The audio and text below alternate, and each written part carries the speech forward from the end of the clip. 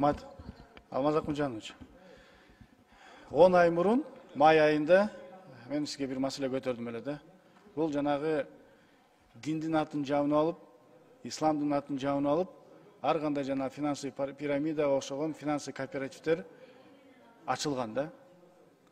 Мына Ихсанга окшоп артына дагы бирөө келатат деп мен аны атын атабадым эле. Зыяным тийип калбасын деп атабай турдум эле да. Мына бүгүн ошол айтылган кооператив жете турган жерине жетти. Мындайча айтканда поезд толук түрдө токтоду да. Аты ИФК. Исламский финансовый кооператив же Ислам финансовый кооперативи. Ислам атын жабынып алып, 6000 адамды сыздатты да бүгүнчү. Болду, токтоду. Реалдуу жетекчилери бир башка жакта жүрөт экен, азыр келип мындай директорун камап коюшту да. Эми ал кандай кишилер? Бир сөз бар го. Таза бейкүнөө кишилердин ишенчектерине калпычылардын башкы куралы деп мындай бекер айтпайт да. Ишенчегине колдонуп туруп, ушундай бир алдоого барышты. Эми кандай болсо болот? Эми жатып алып директорун камап койдук деп отура берсе болот, бирок чыкса болот да бул ситуацияданчы. Кантип?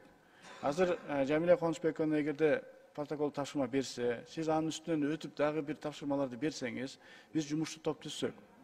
Ошол карап аткан следователь Свердловский районундагы, Назбанктын бир өкүлү, Финразведканын бир өкүлү, анан аудитор, счетный палатадан бир аудиторду алсак, толук түрдө карап чыксак, иштеп чыксак, канча реалдуу элге карызы бар. Анан буга чейин берилип койгон объектлер бар да, жана үй алып койгон, машина алып койгондор бар. Алардын обратный төлөмдөрү токтоп калган да.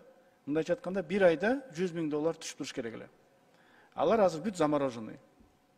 Ошолор менен жок деген. Мына 10 ай мурун айтылган экен, эгер 10 ай мурун жасап койгонуңузда $1 миллион менен уже канчалаган элдин жанагы карызын жаап коет элек да. Азыр деле кеч эмес. Азыр деле кеч эмес. Ошол кайра элге берген төлөмдөрдү, мурдагы берилип калган төлөмдөрдү кайра жандандырсак, мүмкүн ирети менен, бирок 6000 адамдын жана сыздатпай карызын жаап койгонго толук түрдө мүмкүнчүлүк бар да. Мына ушуну иштеп чыксак болот.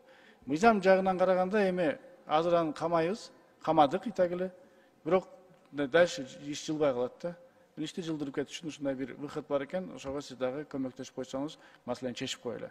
Ал эми мындан нары мындай болбош үчүн биз азыр мыйзам жазып атабыз. Мындан нары Кыргызстан мамлекетинде бир дагы динди жабынып, бир осо ачканга тыюу салып атабыз. Аны дагы туура көрүп, корутундусун мындай оң берип койсоңуз. Минюс каршы эмес, наоборот колдоп атат. Мындан нары кандайдыр бир диндин атын жаап алып, бир осолорду ача бербейли да. Өзгөчө кооперативдерди, өзгөчө мындай финансовый пирамиданы кылганга тыюу салат элек. Рахмат.